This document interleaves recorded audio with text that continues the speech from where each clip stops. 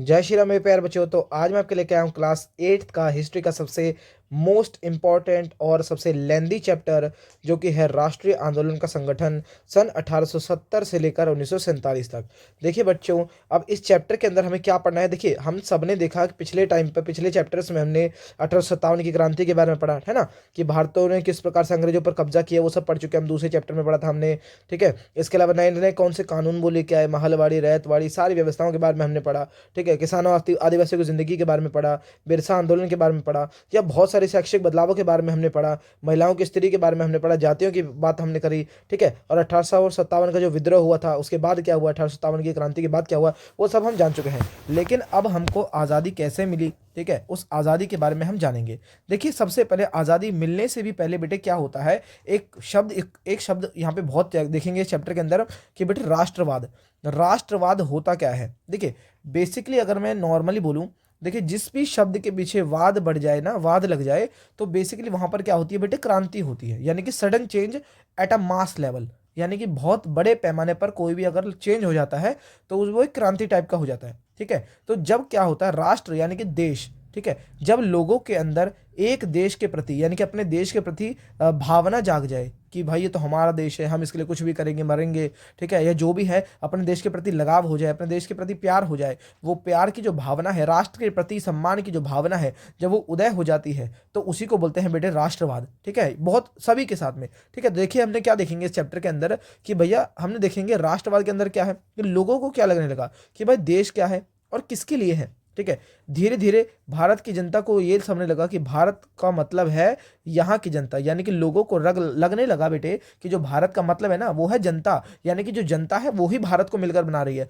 और भारत की जो जनता है वो कौन है, यहाँ के मूल निवासी, ना कि अंग्रेज, ठीक है। तो भारत यह रहने वाले किसी भी वर्ग, रंग, जाति, पंथ, भाषा या जेंडर वाले तमाम लोगों का घर है, ऐसी विचारधारा लोगों के मन में आ गई, ठीक है, जिसको हम राष्ट्रवाद के नाम दे रहे हैं, ठीक है। अब यहाँ के जितने भी भारत की जो बात कर रहे हैं, जो सारे लोग बात कर रहे हैं, वो ये भी मानते हैं कि भाई जो भी भारत की यानी कि हमारे खुद के देश की संपत्ति है उस पर किसका अधिकार होना चाहिए, वो हमारा ही अधिकार होना चाहिए, यानी कि भारत के लोगों का अधिकार होना चाहिए, ठीक है। यहाँ पर देश के सारे संसाधनों पर और उसकी सारी व्यवस्थाओं पर भी हमारा ही अधिकार होना चाहिए, जबकि अंग्रेज हम पर अधिकार करके बैठे थे, ठीक है। तो इसी अधिकार को छुड़ाने के लिए, यानी कि अपने वापस अधिकार को पाने के लिए, जिसको हम बाद में बोलेंगे बेटे स्वराज, स्वराज यानी कि स्वयं का राज, ठीक है। स्व मतलब स्वयं, राज मतलब अपना खुद का शासन।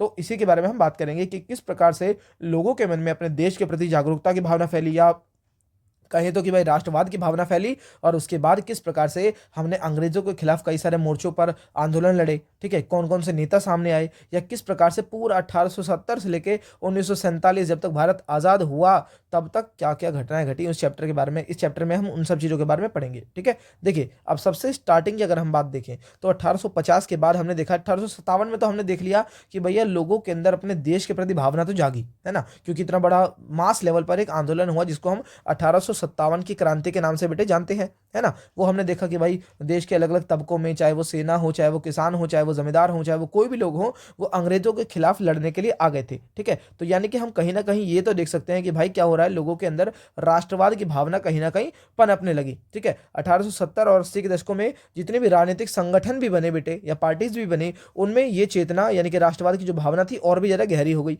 ठीक है। और इनमें से ज्यादातर संगठनों की बागडोर वकील आदि अंग्रेजी शिक्षित पेशेवरों के हाथ में थी, यानी कि ऐसे लोग थे इसके अंदर जिनको इंग्लिश आती थी और वो वकील थे।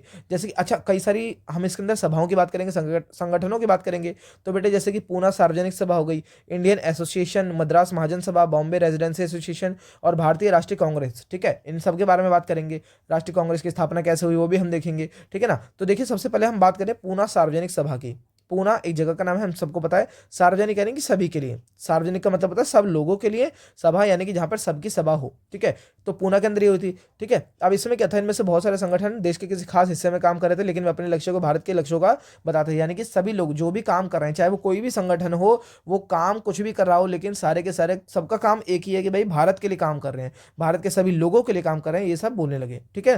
देखिए क्या होता है, उनके मुताबिक उनके लक्ष्य किसी खास इलाके, समुदाय या वर्ग के लक्ष्य नहीं थे, ठीक है। वे इसी सोच के साथ काम कर रहे थे, लोग संप्रभु, संप्रभु यानी कि स्वयं की सत्ता, ठीक है, बाहरी हस्तक्षेप के बिना स्वतंत्र रूप से काम उठाने की क्षमता, यानी कि जब हम अपना कार्य हम खुद कर सके, स्वयं प्रभु हो जाए, ठीक है। संप्रभुता एक आधुनिक विचार और राष्ट्रवाद का बुनियादी तत्व होता है। जब तक संप्रभुता नहीं आएगी लोगों में, राष्ट्रवाद की भावना बेटे नहीं पनप सकती। देखिए ये चैप्टर बच्चों थोड़ा सा लेंदी होगा, लेकिन इस चैप्टर को ऐसे समझा दूंगा, ऐसे आपको मैं बता दूंगा कि भाई आप कभी भूलोगे नहीं, ठीक है। यहां तक तो अभी हम केवल बस इतना पढ़ रहे हैं कि राष्ट्रवाद की जो भावना है ना, वो लोगों में विकसित कैसे हो रही है, क्या क्या ऐसे तत्व आ रहे हैं जिनसे राष्ट्रवाद यानी कि देश प्रेम की भावना जो विकसित हो रही है। बाद में जो हमारा जो असली चैप्टर, अगर हम बोलें कि मेन जो चैप्टर शुरू होगा वो 1915 से शुरू होगा, ठीक है। आगे पहले हम देख लेते हैं कि यहाँ पर मेजरली हो क्या क्या रहा है, ठीक है। इसको ध्यान से देखिएगा कि भारतीय जनता जो थी वो हमारे अपने फैसले लेने में बेटे आज़ादी की मांग करने लगी अंग्रेजों से, ठीक है। अब इसमें क्या हो रहा है, अंग्रेजों ने ऐसी क्या चीज ला दी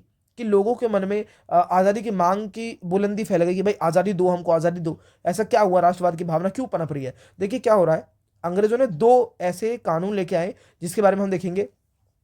1870 से लेकर 80 के दशकों में ब्रिटिश शासन के प्रति असंतोष ज्यादा गहरा हो गया। क्यों? क्योंकि 1878 में पहली बार आया आर्म्स एक्ट। आर्म्स एक्ट यानी कि जितने भी भारतीय है ना बेटे, वो अपने पास हथियार नहीं रख सकते, ठीक है। यानी कि पहला एक्ट तो कौन सा आ गया, आर्म्स एक्ट, यानी कि जो इंडियंस हैं वो अपने पास कोई भी हथियार नहीं रख सकते, ये पहला एक्ट आ गया। और दूसरा आ गया वर्नाक्युलर प्रेस एक्ट। प्रेस यानी कि जितने भी अखबार अंग्रेजों के खिलाफ छापेंगे उनको बंद करके उनकी संपत्ति पर हड़प ली जाएगी, ठीक है। देखिए क्या हुआ कि सरकार की आलोचना करने वालों को चुप कराया जा सके इसलिए लाया गया था, ठीक है। इसमें अगर कोई भी अखबार है वो आपत्तिजनक चीज छाप देता है अंग्रेज सरकार के बारे में, तो उसकी प्रिंटिंग प्रेस सहित सारी संपत्ति क्या करेगी, सरकार जब्त कर लेगी। तो ये दो एक्ट आए जिससे लोगों के अंदर क्या हुआ, गुस्सा भड़क गया। अब आम देखिए ये जो है ना वर्नाक्युलर प्रेस एक्ट, इससे तो लोगों की बेटे आप कहें तो अभिव्यक्ति की आजादी ही चली गई, स्वतंत्रता चली गई पूरी लोगों की, लोग कुछ बोल ही नहीं सकते सरकार के बारे में, ठीक है। इसके अलावा सरकार ने क्या करा, 1883 में इल्बर्ट बिल को भी लागू किया, ठीक है, जिसको लेकर काफी हंगामा हो गया। अब इसमें क्या था कि भारतीय न्यायाधीश भी ये एक आया कि भाई भारतीय न्यायाधीश जो हैं वो ब्रिटिश या यूरोप व्यक्तियों के ऊपर मुकदमे चला सके, हमने बात करी, लेकिन अंग्रेजों ने इसको मना कर दिया, ठीक है। ताकि हमने सोचा था कि भाई अंग्रेज और भारतीय लोगों के बीच में क्या हो जाएगी, समानता आ जाएगी, ठीक है। लेकिन जब अंग्रेजों ने इस विरोध की वजह सरकार का यह विधेयक वापस ले लिया, तब भारतीयों ने इस बात का भी काफी विरोध किया। तो कहीं ना कहीं देखे तो अंग्रेजों ने हमको दबा के रखा, या हमको हमारे एक तरह से बातचीत करने की भी स्वतंत्रता छीन ली बेटे। आज के टाइम पे अगर हम देखें तो कोई भी अखबार है मोदी सरकार के बारे में, या जो भी सत्ताधारी पार्टी होती है, नेता होते हैं, उन सब के बारे में कुछ भी छाप देते हैं, है ना। लेकिन उस टाइम पर अंग्रेजों ने क्या किया था, प्रेस के ऊपर भी पाबंदी लगा दी थी। यानी कि एक तरह से वो बेटे तानाशाह बन गए थे, है ना, तानाशाह जैसा काम कर रहे हैं, क्योंकि भाई बोलने की भी आजादी नहीं है अब तो, ठीक है। तो ये सब होने लगा, तो लोगों को क्या हुआ बेटे, लोग उनसे ज्यादा भड़क गए, ठीक है। तो पढ़े लिखे लोगों ने क्या किया बेटे, भारतीयों ने एक अखिल भारतीय संगठन की जरूरत थी उनको। 1880 के दशक में ऐसा हुआ कि भैया इल्बर्ट विधेयक की चाह को और गहरा कर दिया गया। 1885 में, ठीक है, 72 प्रतिनिधियों ने बंबई में सभा करके राष्ट्रीय कांग्रेस यानी कि भारतीय राष्ट्रीय कांग्रेस की स्थापना की। इसके अंदर सबसे बड़ा योगदान आता है A.O. ह्यूम का बेटे, ठीक है। इनको ही माना जाता है कि इन्होंने ही क्या की थी, राष्ट्रीय कांग्रेस की स्थापना की थी, ठीक है। इसके अंदर उस टाइम पर कौन कौन से नेता थे वो देखेंगे। जो प्रारंभिक नेता थे कांग्रेस पार्टी के अंदर बेटे, A.O. ह्यूम ने जब इसकी स्थापना करी थी तब उसके अंदर बेटे दादा भाई नौरोजी थे, ठीक है, फिरोज शाह मेहता थे, बदरुद्दीन तैयब जी, W.C. बनर्जी, सुरेंद्र नाथ बनर्जी, रमेश चंद्र दत्त, S. सुब्रमण्यम अय्यर, ठीक है, ये सारे नेता थे। ये ज्यादातर बेटे बंबई और कलकत्ता के थे, ठीक है। जो नौरोजी थे, दादा भाई नौरोजी, वो एक प्रचारक थे और व्यवसायी भी थे, ठीक है ना। अब देखेंगे वो लंदन में रहते थे और कुछ समय ब्रिटिश संसद के सदस्य भी रहे। उन्होंने युवा राष्ट्रवादियों का मार्गदर्शन किया, जो भी लोग मांग कर रहे थे, जो देश प्रेमी जो एक विचारधारा थी, उन लोगों को, मानने वालों को उन्होंने क्या किया बेटे, मार्गदर्शन किया, किस प्रकार से राष्ट्रवाद की भावना को बढ़ाया जाए, ये सब उन्होंने बोला, ठीक है। सेवानिवृत्ति ब्रिटिश अफसर A.O. ह्यूम, ये देखिए यहाँ पे नाम भी आ गया है, A.O. ह्यूम, ठीक है। इन्होंने भी भारतीयों को निकट लाने में बहुत महत्वपूर्ण भूमिका निभाई थी, ठीक है। तो ये हमने देखा कि भाई हमारी जो कांग्रेस है, आज के टाइम की कांग्रेस है, उसकी स्थापना 1885 में हो गई थी, और किसने की थी, A.O. ह्यूम ने की थी। कब की थी, 1885 के अंदर की थी। आगे देखिए, उभरता हुआ राष्ट्र। अब धीरे धीरे जो राष्ट्रवाद की भावना है लोगों में इतनी घर कर गई कि भाई राष्ट्र के प्रति भावना एकदम प्रबल हो गई लोगों की, ठीक है। अब देखिए क्या होता है, पहले 20 सालों में कांग्रेस ने, अब कांग्रेस की अगर हम बात करें तो स्टार्टिंग में कांग्रेस ने अपने उद्देश्य और तरीकों को ना, मध्य मार्गी पार्टी थी स्टार्टिंग में ये, है ना। कांग्रेस ने सरकार और शासन में भारतीयों को ज़्यादा जगह दे जाने के अलावा आवाज़ उठाई, ठीक है। यानी कि बस कांग्रेस ने इतनी आवाज़ उठाई कि बस सरकार चलाने के लिए, सरकार जो चल रही है जिसके अंदर ब्रिटिश लोग जो हमारे ऊपर सरकार चला रहे हैं ना, उसके अंदर केवल भारतीयों को आने दो ताकि हम अपने फैसले थोड़े बहुत खुद ले पाएं। इसके लिए बेटे वो कुछ लड़ाई झगड़ा नहीं कर रहे, केवल आंदोलन कर रहे, शांतिपूर्ण तरीके से ये बातचीत कर रहे हैं, ठीक है। विधान परिषद में भारतीयों को जगह दी जाए, ठीक है। जहाँ पे प्रांतें नहीं है वह प्रांतें बनाई जाए, ठीक है। सरकार में भारतीयों को ऊंचे पद दिए जाएं, ठीक है। सिविल सेवा के लिए जो परीक्षाएं होती है वो भी करवाई जाए, भारत में भी आयोजित करवाई जाए, ठीक है। ये सब कांग्रेस मांग उठा रही है, जबरदस्ती नहीं कर रही है, अभी भी केवल बात कर रही है, ठीक है। तो ये सब चला है। शासन व्यवस्था के भारतीयकरण की मांग, नस्लवाद के खिलाफ आंदोलन चलाए जा रहे हैं, ठीक है ना। ज्यादातर महत्वपूर्ण नौकरियों पर, क्योंकि बेटे अंग्रेजी थे, गोरे अंग्रेज, ठीक है, इसलिए कांग्रेस चाहती थी कि भाई भारतीय भी आए, ठीक है। भारतीय वो, क्योंकि अंग्रेजों को मानना था कि भाई भारत को, भारत के जो लोग हैं उनको जिम्मेदारियों वाले पद, यानी कि जो बड़ी बड़ी पोस्ट है वो नहीं दी जा सकती, ठीक है ना। क्योंकि और दूसरा रीजन ये भी था अंग्रेजों का, देखो पहली बात तो वो हमको कमतर मानते थे अपने से, और दूसरा ये रीजन ये था बेटे कि अगर देखो अंग्रेज जितना भी कमाते थे ना वो इंग्लैंड भेजते थे, है ना। लेकिन अगर हम भारतीय कमाने लग जाएंगे, भारतीयों को भी पोस्ट मिलने लग जाएंगी, तो जो पैसा है वो भारत में भी रुकेगा। तो इसलिए वो नहीं चाहते थे कि भारतीयों को क्या किया जाए, अलग से उनको बड़ी बड़ी पोस्ट पे रखा जाए, ठीक है। तो इसीलिए बेटे क्या था, भारतीयों की एक और मांग थी कि भाई न्यायपालिका को कार्यपालिका से अलग रखो। अब देखो कोई भी, अगर मान लो कोई भी गोरा लोग है यानी कि अंग्रेज है, वो कोई क्राइम करता है उसको ज़्यादा सजा नहीं मिलेगी, बल्कि अगर वही सेम काम हमारे भारतीय लोग करते तो उनको ज़्यादा बड़ी सजा मिलती थी। तो इसलिए उन्होंने बोला कि भाई न्यायपालिका को कार्यपालिका से अलग करो, ठीक है। और आर्म्स एक्ट जो लेके आए थे जिसके खिलाफ भाई ये था कि कोई भी जो हमारा भारतीय नागरिक है वो हथियार नहीं रख सकता, तो उसको निरस्त किया गया, उसको कानून को हटाने दो। अभिव्यक्ति यानी कि वर्नाकुलर प्रेस एक्ट जो था उसको बंद करने की मांग उठी, ठीक है। कांग्रेस ने स्टार्टिंग के अंदर केवल आर्थिक मुद्दे उठाए, कई सारे आर्थिक मुद्दे भी उठाए, आर्थिक यानी कि पैसे से रिलेटेड, ठीक है। उन्होंने बोला कि ये ब्रिटिश शासन की वजह से ही हम गरीब हो रहे हैं, ठीक है, क्योंकि इतने बड़े बड़े टैक्स लगा रखे हैं वो, ठीक है। लगान के चलते काश्तकार जमींदार विपिन हो गए, उनके पास जमीन ही नहीं बची, ठीक है। अनाजों के भारी जो निर्यात की वजह से खाद्य पदार्थों का अभाव हो गया, यानी कि खाना तक नहीं बचा लोगों के पास, ठीक है। उन्होंने बोला, कांग्रेस ने क्या बोला कि भाई लगान कम करो, ठीक है, फौजी खर्चों में कटौती करो, क्योंकि अंग्रेजों ने फौजियों के ऊपर बहुत पैसा खर्च करते थे, ठीक है। युद्ध युद्ध चला, देखिए 1914 में भी फर्स्ट वर्ल्ड वॉर चला, ठीक है। या इसके अलावा और भी जो युद्ध होते थे उनके अंदर हमारी ही सेना लेके जाते थे, और अंग्रेज लोग सेना पे हमारा ही पैसा खर्च करते थे, जिससे कि हमारे यहाँ पर गरीबी फैल रही थी, ठीक है। तो इसके अलावा सिंचाई के लिए ज़्यादा अनुदान दिए जाए, ये बात उठी कि भाई सिंचाई के लिए तुम सारा का सारा पैसा तो अलग अलग चीज़ों में खर्च कर रहे हो, ठीक है, अपने वहाँ पर लेके जा रहे हो, लेकिन हमारे यहाँ पे तो कुछ हो नहीं रहा, ठीक है, फसल भी ठप हो रही है। तो सिंचाई के लिए तो कम से कम पानी वो दो, पैसा दो, ठीक है, अनुदान दो, ठीक है। या नमक कर की बात करें, ठीक है, जिसको हम गांधी जी ने तोड़ा, ठीक है, तो नमक के ऊपर से टैक्स हटाओ। ये सब बातें कांग्रेस ने स्टार्टिंग में शुरू करी, ठीक है। धीरे धीरे देखिए क्या होता है, मध्य मार्गी नेता जनता को ब्रिटिश शासन के अन्यायपूर्ण चरित्र से अवगत कराना चाहते थे।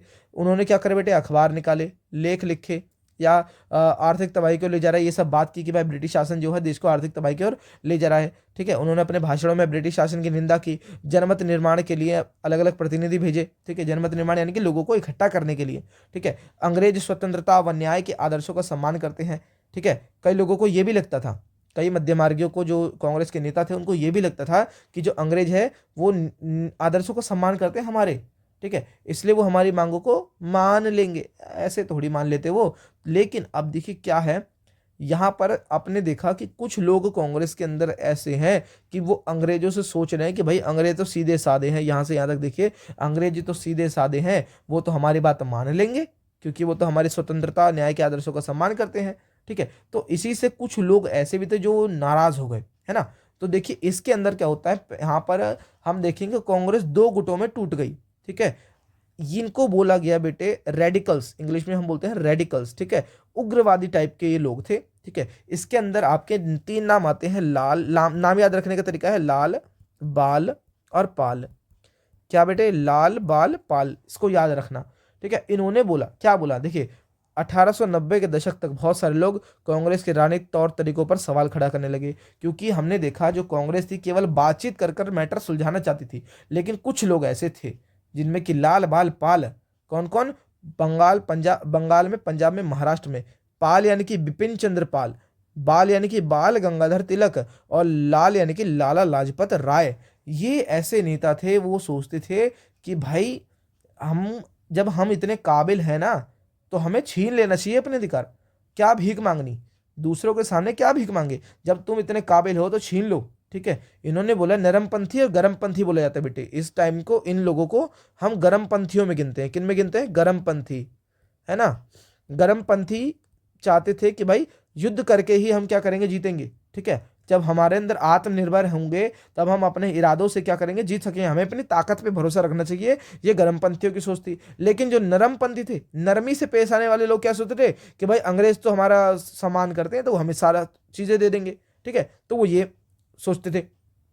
अब इसके अंदर आपकी चॉइस है कि आप किसको ज्यादा अच्छा माने। ठीक है, या तो आप भी नरमपंथी की सोच से वो करेंगे या तो गरमपंथी। तो आप कमेंट में बता सकते हैं कि आपको कौन अच्छे लगे, गरमपंथी या नरमपंथी। ठीक है, तो आगे देखेंगे कि भाई इन तीनों ने क्या करा बेटे। ये पहली बात तो ये परिवर्तनवादी उद्देश्य पद्धतियों के अनुरूप काम करने लगे। इन्होंने बोला निवेदन की राजनीति के बजाय ना, है ना, निवेदन की ना राजनीति मत करो, उनके आगे घुटने मत टेको। निवेदन क्या, प्लीज क्यों कर रहे हो अंग्रेजों को, तुम प्लीज प्लीज क्यों करके मांग रहे हो अंग्रेजों से, जब तुम आत्मनिर्भर हो। ठीक है, यानी कि तुम्हारे इरादे नेक नहीं बल्कि अपनी ताकत पर भरोसा। अंग्रेजों को नेक मत बोलो। ठीक है, उन्होंने तो हम पे कब्जा कर रखा है, तुम्हारे अंदर ताकत है और भरोसा है तुम्हें अपनी ताकत पर, तो तुम्हें स्वराज के लिए लड़ना चाहिए, यानी कि you have to fight for yourself. इन्होंने ये बात बोली गरमपंथियों ने, है ना। तो तिलक ने एक नारा भी दिया कि भैया स्वतंत्रता मेरा जन्मसिद्ध अधिकार है और मैं इसे लेकर रहूंगा। ये नारा किसने दिया? हमारे तिलक जी ने दिया था। ठीक है, बाल गंगाधर तिलक जी ने ये नारा दिया था। तो ये थे बेटे कांग्रेस के दो विभाजन, एक गरमपंथी एक नरमपंथी। नरमपंथी क्या कर रहे हैं, दोबारा सुन लो कि भाई नरमपंथी बोल रहे हैं कि एकदम अंग्रेज तो हमारे क्या करेंगे, प्यार से कुछ भी चीज मनवा लेंगे। ठीक है, अंग्रेजों से मतलब ज्यादा उग्रवादी टाइप ना होकर बल्कि प्यार से काम निकलवाना चाहते थे। लेकिन गर्म पंथियों ने बोला भैया ना, मारो पीटो और काम निकलवाओ। ठीक है, तो ये था इनका। ठीक है, आगे देखिए 1905 में क्या होता है, वायसराय कर्जन आते हैं, उन्होंने बंगाल का विभाजन कर दिया।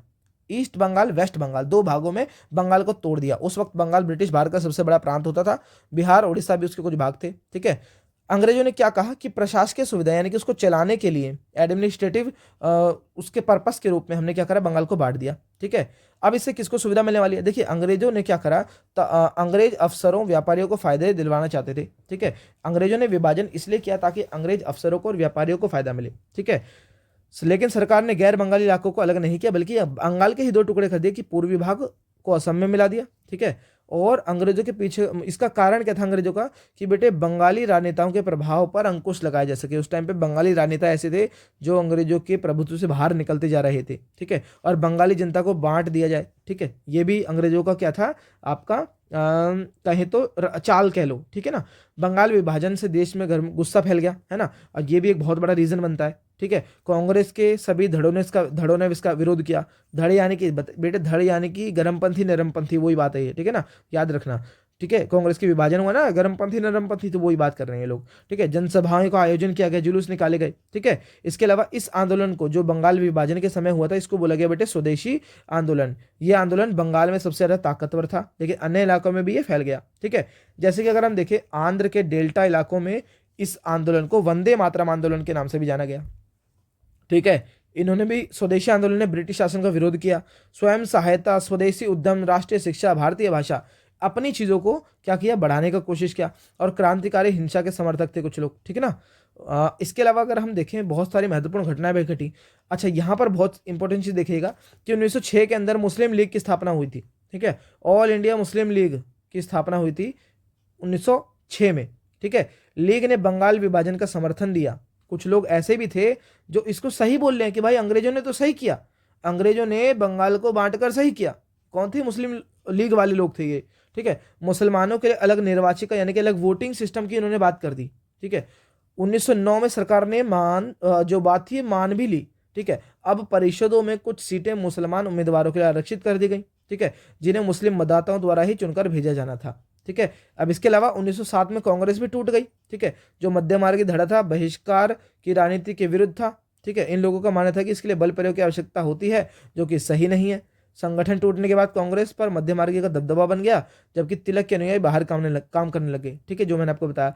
आगे देखिए, दिसंबर 1915 में दोनों खेमों में फिर दोबारा से एकता स्थापित हो गई। अगले साल कांग्रेस और मुस्लिम लीग के बीच ऐतिहासिक लखनऊ समझौता हुआ बेटे, कांग्रेस और मुस्लिम लीग के अंदर। ठीक है, और दस्तखत हुए। दोनों संगठनों ने देश में प्रतिनिधिक सरकार गठन के लिए मिलकर काम करने का फैसला लिया। इन्होंने फैसला तो ले लिया कि भाई मिलकर काम करेंगे। ठीक है, अब होता है हमारा मेन चैप्टर शुरू, जिसको हम बोलते हैं जन राष्ट्रवाद का उदय। अब इस टॉपिक से, यहाँ से जो अब आप पढ़ेंगे ना, इसमें आप पढ़ेंगे किस प्रकार से पूरी की पूरी जो प्रक्रिया चल रही है। अब इस यहाँ से बेटे ध्यान से शुरू कर दीजिएगा चैप्टर को, कान खोल के अब अच्छे से सुनिए, क्योंकि यहीं से आपके सबसे ज्यादा क्वेश्चन बनेंगे पेपर के अंदर। ठीक है, देखिए जन राष्ट्रवाद को देखिए, अगर हम बात करें 1919, ठीक है, अंग्रेजों के खिलाफ जन आंदोलन जल्दी जल्दी से फैलने लगा। किसान, आदिवासी, विद्यार्थी, महिलाएं बहुत बड़ी बड़ी संख्या में आंदोलन में जुड़ते चले गए। ऐसा क्यों हो रहा है वो देखेंगे। अब इसके देखिए बेटे, हम जब भी नेशनल जो हमारा सिस्टम है इसको पढ़ते हैं ना, हमारी जो क्रांतियां हम पढ़ते हैं, इसके साथ साथ हमें बेटे बाहर की चीज़ों को भी साथ साथ में देखना होता है। देखिए इस टाइम पे देखिए 1919 की यहाँ पर बात हो रही है, तो 1914 से लेके 18 में ना क्या चला आपका, फर्स्ट वर्ल्ड वॉर भी चल रहा था। ठीक है, वो भी चीज़ हमें ध्यान में रखनी है। अब इसका इससे क्या कनेक्शन है, भारत के राष्ट्रवाद से क्या कनेक्शन है वो देखिए। पहले विश्व युद्ध ने भारत की आर्थिक राजनीतिक स्थिति बदल दी। ठीक है, ब्रिटिश भारत सरकार, यानी कि ब्रिटिश भारत का मतलब क्या बेटे, जिस टाइम पे भारत का राज था, ओ सॉरी, ब्रिटिशों का राज था भारत पे, वो है मतलब। ठीक है, तो इस टाइम पे सरकार के रक्षा व्यय में भारी इजाफा हुआ। जब भी दो देशों के मध्य युद्ध होता है तो सरकार क्या करती है, सेना पर बहुत पैसा खर्च करती है, और जब सेना पर पैसा खर्च होता है तो नॉर्मल जो चीजें होती है ना उनके दाम बढ़ जाते हैं। ठीक है, या फिर कहें तो बेटे बहुत ज्यादा महंगाई आ जाती है। तो इसीलिए क्या हो रहा है, इस टाइम पीरियड में बहुत ज्यादा महंगाई आ गई है ना, सैनिक व्यय से इजाफे में आपूर्ति की वजह से जरूरी कीमतों में उछाल आ गया। लोगों की जिंदगी जो थी बेटे वो मुश्किल हो गई। ठीक है, व्यावसायिक समूह ने तो बेसा मुनाफा कमाना है, व्यापारियों को तो मुनाफा हुआ, लेकिन जो लोग थे उनकी तो जिंदगी बेटे तहस नहस हो गई। ठीक है, तो इस प्रकार से प्रथम विश्व युद्ध में हमारा बहुत ज्यादा नुकसान हुआ। आगे देखिए, भारत आने वाले आयात में कमी ला दी। ठीक है, भारतीय उद्योगों का विस्तार तो हुआ। ठीक है, व्यावसायिक समूह विकास के लिए अधिक अवसरों की मांग करने लगे। युद्ध ने अंग्रेजों को अपनी सेना बढ़ाने के लिए विवश किया। ठीक है, अब सेना बढ़ाने के लिए अंग्रेजों ने क्या किया, हमारे यहाँ के सिपाहियों को जबरदस्ती उठा के ले गए, है ना, सिपाहियों पर जबरदस्ती दबाव डाला अंग्रेजों ने हमारे यहाँ के। ठीक है, और दूसरे देशों के साथ युद्ध के मोर्चों पर भेज दिया गया हमारे यहाँ के लोगों को। बहुत सारे युद्ध के बाद समझदारी लेकर लौटे कि साम्राज्यवादी शक्तियां एशिया अफ्रीका लोगों के साथ किस तरह शोषण कर रही हैं। ठीक है, अब इसी टाइम पर 1917 के अंदर बेटे रूस के अंदर भी क्रांति हो गई, है ना, तो किसानों और मजदूरों संघर्षों का समाचार समाजवादी विचार बड़े पैमाने पर, समाजवादी, अच्छा यूरोप जो रूस की क्रांति थी वो समाजवाद के समर्थक है ना, रूस जो है यूएसएसआर था उस टाइम पर। ठीक है, वो समाजवाद का समर्थक था। ठीक है, तो इस टाइम पर लोगों में समाजवाद की भावना फैलने लगी। ठीक है, और जिससे कि राष्ट्रवादियों को नई प्रेरणा भी मिलने लग गई। ठीक है, अब इस टाइम पे क्या होता है, अब देखिए यहां से महात्मा गांधी जी आते हैं। यहां से मैं देखिए आपको अच्छे समझाऊंगा कि भैया 1915 में दक्षिण अफ्रीका से महात्मा गांधी आए। अब दक्षिण अफ्रीका में उन्होंने ऐसा क्या कर दिया कि वो फेमस थे पहले से। दक्षिण अफ्रीका में उन्होंने बेटे नस्ल भेदी यानी कि रंग भेद के खिलाफ, काले गोरे के खिलाफ उन्होंने अहिंसक आंदोलन चलाया और उसको जीत भी गए। ठीक है, तो जब वो भारत आए थोड़ी बहुत उनकी एक अच्छी खासी इमेज थी। ठीक है, अब यहाँ पर आते के साथ ही सबसे पहले वो मिले बेटे, यहाँ पे लिखा नहीं हुआ मैं बता देता हूँ। देखिए सबसे पहले आते के साथ ही वो अपने एक राजनीतिक गुरु गोपाल कृष्ण गोखले से मिले। गोपाल कृष्ण गोखले। ठीक है, अब ये उनके राजनीतिक गुरु थे, है ना। इन्होंने क्या बोला कि भाई, गांधी जी को बोला इन्होंने कि अगर आपको देश को जानना है ना तो तुमको देश को समझना पड़ेगा और उसकी यात्रा करनी पड़ेगी। तो गांधी जी ने क्या किया, 1915 से एक साल तक उन्होंने क्या किया, पूरे भारत का दौरा किया। ठीक है, और उसके बाद क्या करे, देखिए दक्षिण अफ्रीका आंदोलन की वजह से हिंदू, मुसलमान, पारसी, ईसाई, गुजराती, तमिल, भारतीय, उच्च वर्गीय, व्यापारी, वकील, मजदूर सबको मिलने जुलने का मौका मिला। ठीक है, अब भारत ने, जब गांधी जी ने पहले तो एक साल पूरे भारत का दौरा किया, यहाँ पर केवल इतना लिखा है पूरे भारत का दौरा किया, किसने करवाया वो बेटा मैंने आपको बता दिया, गोपाल कृष्ण गोखले जी के द्वारा बोलने पर उन्होंने किया। ठीक है, इसके बाद उन्होंने 3 साल लगातार, ठीक है 3 साल लगातार, 16 17 18, 16 17 18, 1916 17 18 चंपारण बिहार के अंदर, खेड़ा और अहमदाबाद 3 आंदोलन लड़े, सत्याग्रह किया यहाँ पर और तीनों को जीत गए। तब भयंकर, तब तो सभी लोगों को लगने लगा, ओहो गांधी गांधी गांधी गांधी गांधी गांधी, यानी कि गांधी तो ऐसे हैं जो हमको बचा लेंगे, क्योंकि गांधी की इमेज में तो 4 चांद लग गए। ठीक है, क्यों लग गए, क्योंकि लगातार 3 आंदोलन गांधी जी जीत गए। ठीक है, इस इन आंदोलन के माध्यमों से राजेंद्र प्रसाद भी मिले उनको, वल्लभ भाई से पटेल भी उनको मिले, परिचय हुआ उनके साथ। 1918 में अहमदाबाद में मिल मजदूरों के लिए उन्होंने हड़ताल की थी, है ना, सत्याग्रह आंदोलन की थी। तो 1916 भी जीते, खेड़ा में भी जीते, चंपारण में भी जीते और अहमदाबाद में भी वो जीत गए, जिससे कि गांधी जी की छवि क्या होगी बेटे, एकदम लोगों के बीच में फैल गई। ठीक है, अब इस टाइम पर अंग्रेजों से क्या क्या गलती हुई जिसकी वजह से जन आंदोलन और फैल गया।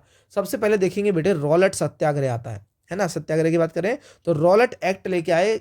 देखो 1919 में अंग्रेजों ने रॉलेट कानून पास कर दिया। रॉलेट कानून क्या था बेटे, वो सुनो कि भाई अगर अंग्रेजों को शक होता है किसी भी भारतीय पर, तो वो उस पर निवारक नजरबंदी का उपयोग कर सकते हैं। अब निवारक नजरबंदी क्या है कि भाई किसी भी भारतीय को केवल शक के आधार पर जेल में डाल दो। ठीक है, शक के आधार पर, केवल शक है ना कि भाई ये कुछ बिगाड़ सकता है हमारा अंग्रेजों का, तो उसे जेल में डाल दो। तो सभी ने बोला कि भाई तो काला कानून है। देखिए देखिए, रॉलेट कानून के खिलाफ सत्याग्रह आंदोलन चालू कर दिया। यह कानून अभिव्यक्ति की स्वतंत्रता जैसे मूलभूत अधिकारों पर अंकुश लगाने, पुलिस को ज्यादा अधिकार देने का काम करता था। महात्मा गांधी, मोहम्मद अली जिन्ना और अन्य नेताओं का मानना था कि ये जो है ना बेटे, अंकुश लगाने का अधिकार नहीं है, लोगों की स्वतंत्रता पर अंकुश नहीं लगा सकती, और इसको शैतान की करतूत बताया इस कानून को, या निरंकुशवादी बताया। ठीक है, गांधी जी ने लोगों से बोला कि इस कानून का विरोध करने के लिए 6 अप्रैल 1919 को अहिंसक विरोध दिवस करेंगे और अपमान व याचना दिवस के रूप में हम मनाएंगे। हड़तालें की जाएं, सत्याग्रह सभाएं की जाएं। ठीक है, अच्छा, इसके बारे में हम जलियांवाला बाग हत्याकांड भी पढ़ेंगे भी। ठीक है, रॉलेट सत्याग्रह ने ब्रिटिश सरकार के खिलाफ पहला अभियान अखिल भारतीय संघर्ष चालू कर दिया। ठीक है, पहली बार लोग बड़े पैमाने पर क्या हुआ बेटे, फैल गए। ठीक है, यानी कि अंग्रेजों के खिलाफ हो गए। ठीक है, ये तक स्टार्टिंग में तो ये शहरों तक ही सीमित था। ठीक है, अप्रैल 1919 में पूरे देशों में जगह जगह जुलूस निकाले गए, हड़तालों का आयोजन किया गया। ठीक है, और लेकिन सरकार ने दमनकारी रास्ता अपनाया कुचलने के लिए, जैसे कि हम जानते हैं जलियांवाला बाग हत्याकांड। ठीक है, 13 अप्रैल बैसाखी का दिन अमृतसर में जनरल डायर जलियांवाला बाग हत्याकांड कर देता है वो। ठीक है, अब जलियांवाला बाग हत्याकांड क्या होता है, देखिए बेटे, जो बैसाखी वाले दिन लोगों की भीड़ ना जलियांवाला बाग के अंदर गई, वो साधारण एकदम, देखिए बिल्कुल निरशस्त्र यानी कि निरस्त्र होकर, मतलब शस्त्र नहीं थे उनके पास, बिना हथियार के शांतिपूर्वक आंदोलन वहां पे चल रहा है। लेकिन जनरल डायर, अब वहां पे दिक्कत ये थी कि जाने का भी एक ही रास्ता, आने का भी एक ही रास्ता। तो जनरल डायर आया, उसने सभी पर गोली चलवा दी, अब बच्चों तक को जान से मार दिया। ठीक है, तो यही लोगों को भाई बुरा लगा कि भाई ऐसा कैसे कर सकते हैं। तो ये रॉलेट एक्ट के खिलाफ में किया गया था कि रॉलेट एक्ट चल रहा था उस टाइम पे, सारे लोग बैसाखी में उसके खिलाफ खड़े हुए थे और प्यार से खड़े हुए थे, ना कुछ कर रहे थे, उनके पास तो कुछ था भी नहीं। लेकिन जनरल डायर आ रहा और उसने क्या करा, सबके ऊपर गोली चलवा दी। ठीक है, तो ये हुआ। ठीक है, इस टाइम पर क्या हुआ बेटे, इस जनसंहार पर रविन्द्रनाथ टैगोर जी ने अपनी पीड़ा गुस्सा जताते हुए नाइटहुड की जो उपाधि अंग्रेजों ने उनको दी थी वो वापस लौटा दी। ठीक है, ब्रिटिश शासन के खिलाफ हिंदू और मुसलमान सब एक साथ आ गए कि भाई, क्योंकि सबका नुकसान करा ना उन्होंने तो। ठीक है, तो महात्मा गांधी भी यही चाहते थे कि भाई सभी लोग एक साथ मिलकर आए, चाहे वो हिंदू हो, चाहे वो मुसलमान हो, चाहे वो सारे लोग हों, वो भारत के साथ एकजुट होकर लड़े।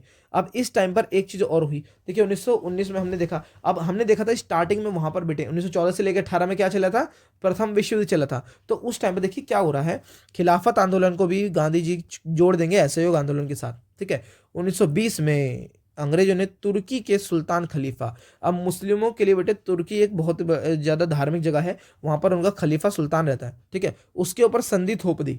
ठीक है, जलियांवाला बाग हत्याकांड का तो गुस्सा था ही लोगों में। ठीक है, जलियांवाला बाग हत्याकांड का गुस्सा तो था ही, लेकिन अब मुसलमान भी गुस्सा हो गए अंग्रेजों से। क्यों हो गए, क्योंकि 1920 में अंग्रेजों ने तुर्की के सुल्तान पर भी संधि थोप दी। ठीक है, इससे कि भारतीय मुसलमान भी गुस्सा हो गए। ठीक है, और वो चाहते थे कि भारतीय मुसलमान चाहते थे कि जो पुराना ऑटोमन साम्राज्य हमारा, वहाँ के पवित्र मुस्लिम स्थानों पर खलीफा का नियंत्रण बना रहना चाहिए, यानी कि खलीफा की शक्तियां नहीं छीननी चाहिए। लेकिन अंग्रेजों ने ये बात नहीं मानी, खलीफा की सारी शक्तियां छीन ली। ठीक है, तो जिससे कि क्या हुआ, मुसलमान भी गुस्सा हो गए। इसके खिलाफ आंदोलन चलाया गया, खिलाफत आंदोलन। इसकी शुरुआत की थी दो भाइयों ने, जो कि थे मोहम्मद अली, शौकत अली। ठीक है, अब गांधी जी ने इनसे मिले, गांधी जी इनसे मिले, इनसे बोला कि भाई हमारे आंदोलन के साथ जुड़ जाओ, असहयोग आंदोलन के साथ जुड़ जाओ। तो पहली बार, ये इंपॉर्टेंट क्यों हो जाता है वो देखिए, पहली बार क्या हो रहा है बेटे, हिंदू और मुस्लिम दोनों एक साथ लड़ रहे हैं पहली बार। ठीक है, तो इसलिए हमारा खिलाफत और ये असहयोग आंदोलन आपका लिए इंपॉर्टेंट हो जाता है। ठीक है ना, कांग्रेस से आह्वान किया गया कि वे अत्याचारों के खिलाफ खिलाफत मामले में एक साथ आ जाए, यानी कि दोनों जलियांवाला बाग हत्याकांड के खिलाफ में जो खिलाफत है वो भी जुड़ जाए असहयोग आंदोलन के साथ। ठीक है, तो इससे क्या हुआ, ये आंदोलन बहुत ज्यादा फैल गया। ठीक है, 1921-22 के दौरान असहयोग आंदोलन को और गति मिल गई। ठीक है, हजारों विद्यार्थियों ने सरकारी स्कूल कॉलेज छोड़ दिए। मोतीलाल नेहरू, सी आर दास जी, सी राजगोपालाचारी, आसफ अली, ठीक है, वकीलों ने वकालत छोड़ दी। यानी कि असहयोग का मतलब ये बेटे असहयोग, ए मतलब नहीं, सहयोग नहीं देना। किसका सहयोग नहीं देना? अंग्रेज का, क्योंकि उन्हीं वही सरकार चला रहे हैं। ठीक है, उनका सहयोग नहीं देंगे।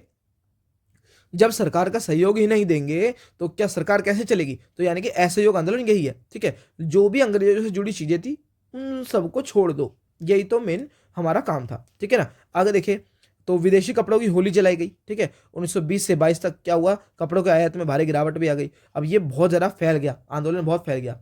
ठीक है, अब क्या होता है, ब्रिटिश शासन का अहिंसक विरोध किया। ठीक है, कई लोगों ने ब्रिटिश शासन के खिलाफ अहिंसक विरोध किया। लेकिन कई स्थानों पर विभिन्न वर्गों समूह ने गांधी जी के आह्वान पर अपने हिसाब से अर्थ भी निकाले और गांधी जी के विचारों से मेल नहीं खाते थे वो। ठीक है, जैसे कि अगर हम देखें, खेड़ा गुजरात में पाटीदार किसानों ने अंग्रेजों द्वारा थोप दिए गए भारी लगान के खिलाफ अहिंसक अभियान चलाया। तटीय आंध्र प्रदेश तमिलनाडु में शराब की दुकानों की घेराबंदी कर दी गई। ठीक है, गुंटूर जिले में आदिवासी गरीब किसानों के लिए बहुत सारे वन सत्याग्रह भी किए। ठीक है, इसके अलावा चाराई शुल्क अदा किए बिना भी अपने जानवरों को जंगल में छोड़ देते थे। ठीक है, तो ये सब काम भी होने लगे। ठीक है, आगे देखेंगे हम कि भाई उनको यकीन था, लोगों को अब ये लगने लगा कि गांधी जी उन पर लगे जो कर हैं, जो कर यानी कि बेटे कर, देखिए कर के दो मीनिंग होते हैं, एक होता है हाथ और एक होता है टैक्स। ठीक है, टैक्स की हम यहाँ पे बात कर रहे हैं। ठीक है, लगान की हम बात कर रहे हैं, टैक्स की बात कर रहे हैं। ठीक है, वन कानूनों को खत्म करा देंगे। अब लोगों को लगने लगा कि भाई गांधी ही सब कुछ कर रहे हैं, है ना। स्वराज का ऐलान कर दिया लोगों ने। ठीक है, गांधी राज बोलने लगे, स्वराज की जगह गांधी राज बोलने लगे।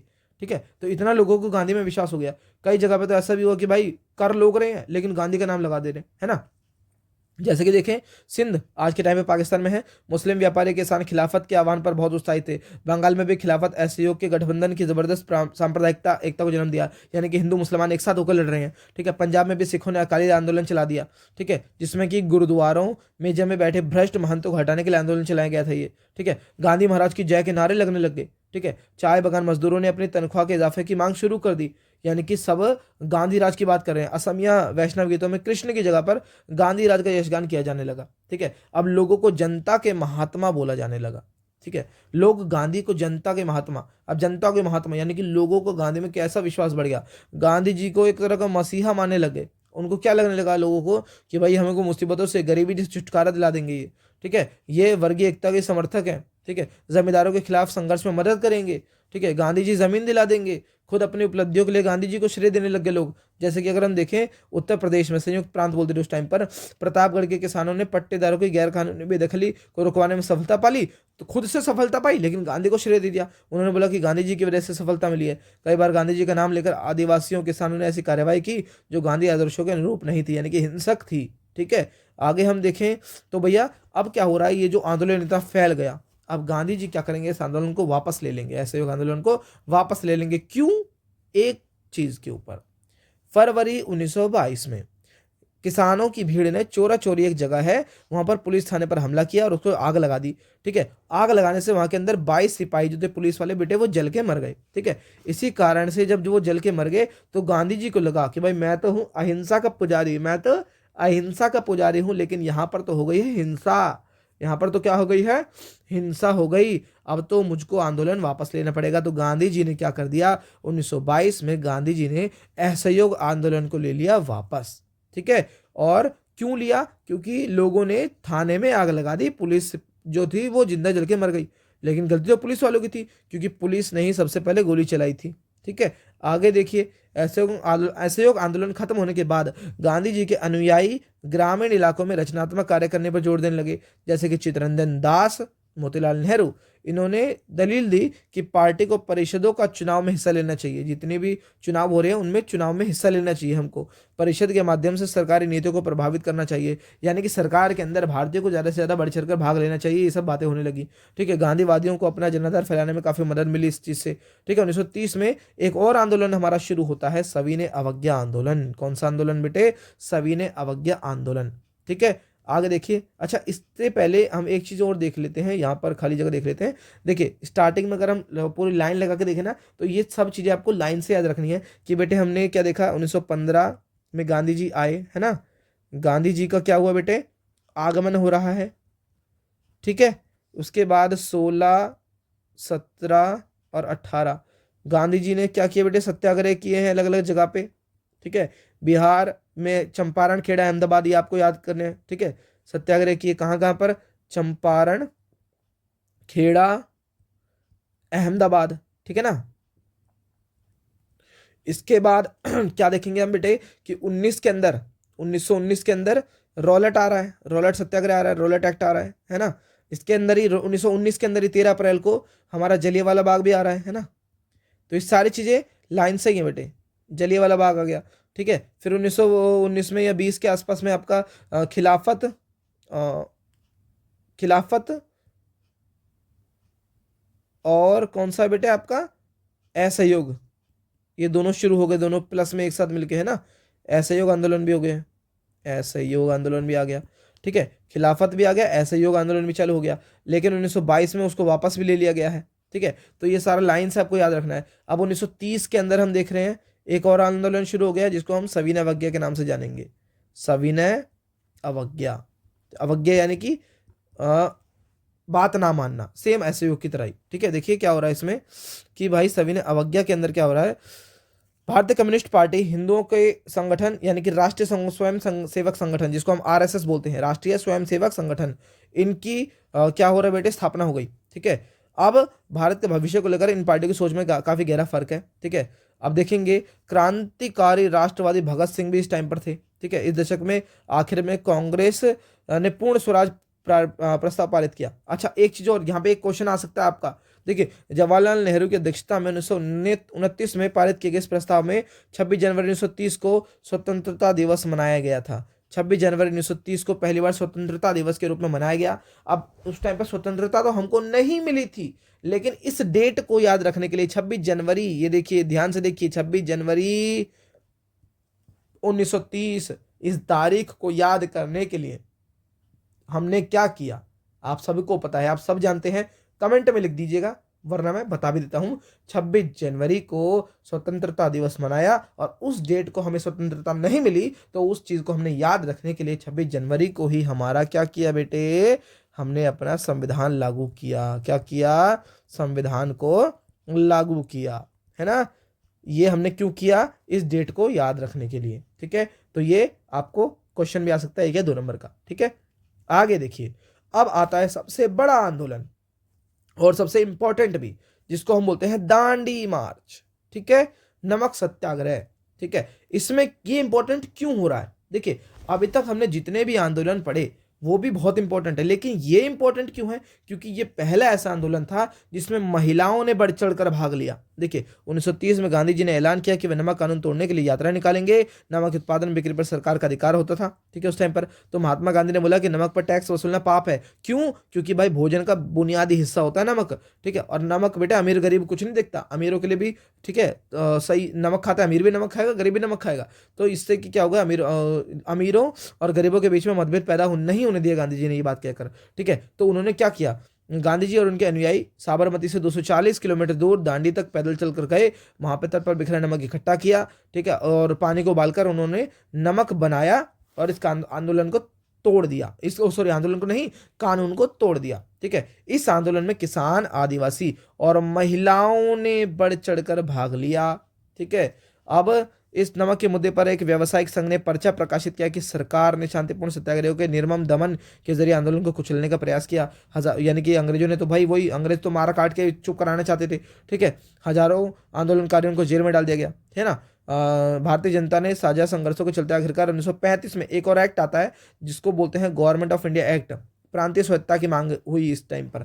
1935 का एक्ट बेटे अगर मैं बता दूं आपको, हमारा जो अगर बोलूं ना 60 टू हमारा 40 टू 60 जो परसेंट जो हमारा संविधान है ना, उसमें हमारा यही वाला एक्ट है 1935 का एक्ट, ठीक है। आगे देखिए 1937 में प्रांतीय विधायकों के लिए चुनाव कराए गए। 11 में से 7 जगह पे तो बेटे कांग्रेस ही जीत गई, कांग्रेस ही जीत गई 11 में से 7 जगह पे, ठीक है। प्रांतीय स्तर पर 2 साल के अंदर 2 साल के कांग्रेसी शासन के बाद सितंबर में 39 में दूसरा विश्व युद्ध भी शुरू हो गया, है ना। अब ये दूसरा विश्व युद्ध चलेगा बेटे 1939 से लेकर 45 तक। अब एक बार फिर से अंग्रेजों को लगने लगी सेना की जरूरत, क्योंकि भाई अंग्रेजों की लड़ाई चल रही है, ठीक है, और अंग्रेजों को चाहिए सेना। इस बार तो हमने कह दिया कि भाई अगर हमसे सेना चाहिए ना तो हम एक ही शर्त पे देंगे, जब तुम्हें आज़ाद करोगे हम तुम्हें, ठीक है, जब तुम हमको आज़ाद करोगे, सॉरी, जब तुम हमको आज़ाद कर दोगे तब हम हमारी सेना से तुम्हें मदद देंगे। ठीक है, तो देखिए क्या बोला, कांग्रेस के नेता ब्रिटेन के युद्ध प्रयासों में मदद देने को तैयार थे, लेकिन वो बोल रहे थे कि युद्ध के बाद हमें आज़ाद कर दो, हमें आज़ाद कर दो भाई।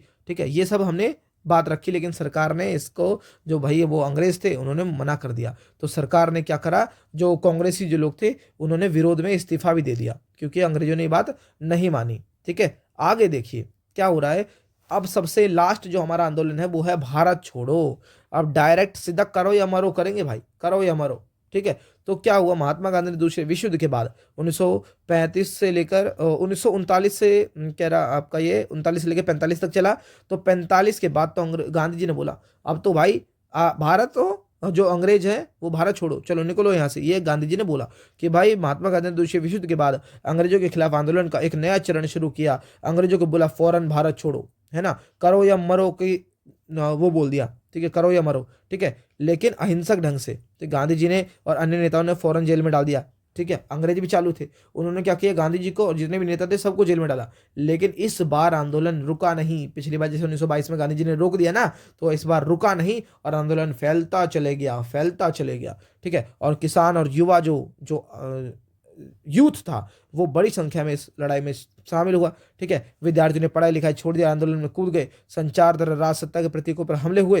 ठीक है, लोगों ने अपनी सरकार की गठन कर लिया। सबसे पहले अंग्रेजों के बर्बर दमन का रास्ता अपनाया, अंग्रेजों को मारा काटा गया। 1943 के अंत तक 90,000 से ज्यादा लोग गिरफ्तार कर लिए गए थे। 1,000 लोग पुलिस की गोली से मारे भी गए थे। अंग्रेजों ने मारा था हमारे लोगों को। ठीक है, बहुत सारे इलाकों में हवाई जहाजों से भीड़ पर गोले बरसाने के आदेश दिए गए। लेकिन इस विद्रोह ने ब्रिटिश राज को घुटने टेकने पर मजबूर कर दिया। ठीक है, स्वतंत्रता की और विभाजन की ओर। अब स्वतंत्रता मिल गई लेकिन विभाजन भी मिला। स्वतंत्रता तो हमको मिली लेकिन बेटे भारत के दो टुकड़े भी हो गए। वो कैसे हुए वो देखेंगे। 1940 में मुस्लिम लीग ने देश के पश्चिमोत्तर और पूर्वी, जहाँ पर मुसलमान ज़्यादा रहते थे, है ना, जो हमारा बांग्लादेश का इलाका है वो, और एक पश्चिम में इलाका था। ठीक है, वहाँ पर स्वतंत्र राज्यों की मांग करते हुए एक प्रस्ताव पारित कर दिया। ठीक है, यह बड़ी क्लासेस में और पढ़ोगे, कैबिनेट मिशन के बारे में और अच्छे से पढ़ोगे। ठीक है, अच्छा, इस टाइम पर जो हमको आज़ादी मिल रही है ना बेटे 1945 के आसपास में, इस टाइम पर जो इंग्लैंड के अंदर एक नई पार्टी आई थी, लेबर पार्टी जीती थी। वो भी यही चाहती थी कि भारत को आज़ादी मिले, लेकिन कैबिनेट मिशन वगैरह आया था। ठीक है, वो भी विफल हो गया था। तो उसी के खिलाफ में ये था कि भाई उन्होंने बोल दिया था कि भाई भारत जो है 3 टुकड़े होंगे। जहाँ पर मुसलमान रहते हैं ज़्यादा वो पाकिस्तान बनेगा, जहाँ हिंदू रहते हैं वो हिंदुस्तान, जनरल वाली जो हिंदुस्तान बनेगा, और एक था रजवाड़े, जहाँ रहते हैं ना रजवाड़े, यानी कि जहाँ पर राजाओं का शासन था, वो अपना अलग देश बना सकते हैं। तो ये अंग्रेजों की चाल थी, फूट करो राज करो की नीति तो वो करती थी। ठीक है, तो वो हम बड़ी क्लासेस में आप पढ़ोगे। ठीक है, 1930 के दशक के आखिरी सालों में लीग मुसलमानों हिंदुओं को अलग अलग राष्ट्र मानने लगी। ठीक है, लीग के जो लोग थे वो मुसलमानों हिंदुओं को अलग अलग मानने लगे। ठीक है, और 20 और 30 के दशक में हिंदू मुसलमानों के तनाव भी हुए बेटे बहुत संगठनों में। क्या क्या तनाव हुए वो देखेंगे हम कि भाई 1937 के प्रांतीय जो चुनाव हुए, तब संभवतः इससे भी बड़ा कारण रहे, क्योंकि चुनाव में मुस्लिम लीग को बेटे ये यकीन दिला दिया कि मुसलमान अल्पसंख्यक है, यानी कि उनकी संख्या कम है, लोकतांत्रिक संरचना में उन्हें गौण भूमिका निभानी पड़ेगी, यानी इनकी बात नहीं मानी जाएगी, ऐसा उनको लगने लगा। ठीक है, उन्होंने बोला कि हमें तो लगता है कि भाई मुसलमानों को प्रतिनिधित्व भी नहीं मिल पाएगा, यानी कि जब भी वोटिंग होगी तो हम तो हार जाएंगे। ठीक है, 1937 में मुस्लिम लीग संयुक्त प्रांत में कांग्रेस के साथ मिलकर सरकार बनाना चाहती थी, लेकिन कांग्रेस ने इसको मानने से मना कर दिया, जिससे कि और ज़्यादा खाई फैल गई, यानी कि इन दोनों के बीच में, कांग्रेस और मुस्लिम लीग के बीच में फासला बढ़ गया, है ना। 30 के दशक में मुस्लिम जनता को अपने साथ इकट्ठा करना शुरू कर दिया। कांग्रेस की विफलता ने भी लीग को अपना सामाजिक जिम्मेदार फैलाने में मदद कर दी। ठीक है, जिससे लीग ने क्या करा, मुस्लिम लीग ने जनता के बीच में मुस्लिमों को इकट्ठा करना शुरू किया। ठीक है, उस टाइम पे ज़्यादातर नेता जेल में थे। ठीक है, 1945 में विश्व युद्ध खत्म होने के बाद अंग्रेजों ने भारतीय स्वतंत्रता के लिए कांग्रेस और लीग के बीच बातचीत शुरू कर दी, लेकिन यह वार्ता असफल रही, क्योंकि लीग का मानना था कि भारतीय मुसलमानों का एकमात्र प्रतिनिधि होना चाहिए। ठीक है, लेकिन कांग्रेस इस बात को मान नहीं रही थी। ठीक है, 1946 में दोबारा से चुनाव हुए। सामान्य निर्वाचन क्षेत्रों में कांग्रेस का प्रदर्शन अच्छा रहा, लेकिन मुसलमान के लिए आरक्षित सीटों पर लीग को बेजोड़ सफलता मिली। जहां पर नॉर्मल जगह पे तो कांग्रेस जीत गई, लेकिन मुसलमान जहां पर जा रहे थे वहां पर बेटे मुस्लिम लीग जीत गई। ठीक है, पाकिस्तान की मांग चलती रही। मार्च 1946 के ब्रिटिश सरकार के इस मांग का अध्ययन करने, स्वतंत्र भारत के लिए एक सही राजनीतिक बंदोबस्त सुझाने के लिए 3 सदस्यीय परिसंघ भारत भेजा गया। ठीक है, इस परिसंघ ने सुझाव दिया कि भारत अविभाजित रहे, यानी कि टुकड़े ना हो, उसे मुस्लिम बहुल क्षेत्रों को स्वायत्ता दे दे, यानी कि जहां पर थोड़े बहुत मुस्लिम इलाके हैं ना वहां पे थोड़ी छूट दे दे भारत। ठीक है, ढीले ढाले महासंघ बन जाए। ठीक है। कांग्रेस और मुस्लिम लीग दोनों ही इस प्रस्ताव को खारिज कर दिया, यानी कि अब देश का विभाजन होना ही होना था। वैसे इसको माना भी जा सकता था, लेकिन उन दोनों ने क्या करा, खारिज कर दिया। ठीक है, कैबिनेट मिशन बोलते हैं इसको, जब मैंने आपको बताया था ना ऊपर, कैबिनेट मिशन की विफलता हो गई। मुस्लिम लीग ने पाकिस्तान की अपनी मांगे मनवाने के लिए जन आंदोलन शुरू कर दिया। अब उसने क्या किया, 16 अगस्त को 1946 को प्रत्यक्ष कार्रवाई दिवस मना लिया कि भाई हम तो अलग ही होंगे अब तो। ठीक है ना। अब देखिए, इस दिन कलकत्ता में दंगे भड़क उठे, हजारों लोग मारे गए। मार्च 1947 तक उत्तर भारत के विभिन्न भागों में हिंसा फैल गई।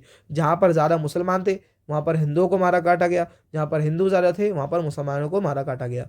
ठीक है, कई लाख लोग मारे गए। अल्पसंख्यक महिलाओं को विभाजन में हिंसा में अकथनीय अत्याचार हुए। ठीक है, करोड़ों लोगों को अपने घर बार छोड़कर जाना पड़ा, अपने घरों पर वो बेटे शरणार्थी बन गए, अजनबी बन गए। ठीक है, तो ये हुआ, भारत की शक्ल सूरत बदल गई।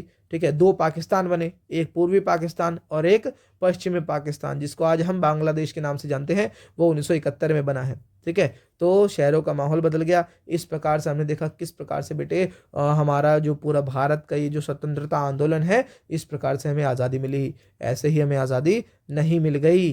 ठीक है, तो ये था आपका पूरा का पूरा चैप्टर। इसके अंदर आपको पूरा डेट वाइज आपको पूरा याद करना है। ठीक है, 1915 से लेकर 1946 तक जो जो ये हमारे आंदोलन चले हैं सब आपको याद रखने हैं। उससे पहले जो हमने पढ़ा था वो बस इतना था कि भैया किस प्रकार से लोगों के मन में भावना फैल रही है, राष्ट्रवाद की भावना विकसित हो रही है। ठीक है, मुस्लिम लीग का गठन पड़ा, कांग्रेस का गठन पड़ा, 1885 में कांग्रेस बनी, ए.ओ. ह्यूम ने बनाई, 1906 में मुस्लिम लीग बन गई। ठीक है, तो ये सब चीज़ें आपको याद रखनी है बेटे। ठीक है, समझ आ गया। तो इसी के साथ आपका चैप्टर होता है खत्म। अगर आपको वीडियो अच्छी लगे तो लाइक शेयर सब्सक्राइब जरूर करें। ठीक है, और आपकी हिस्ट्री तो खत्म हो गई है। अब बताएं, अब आपको कौन सा सब्जेक्ट की वीडियो आपको चाहिए।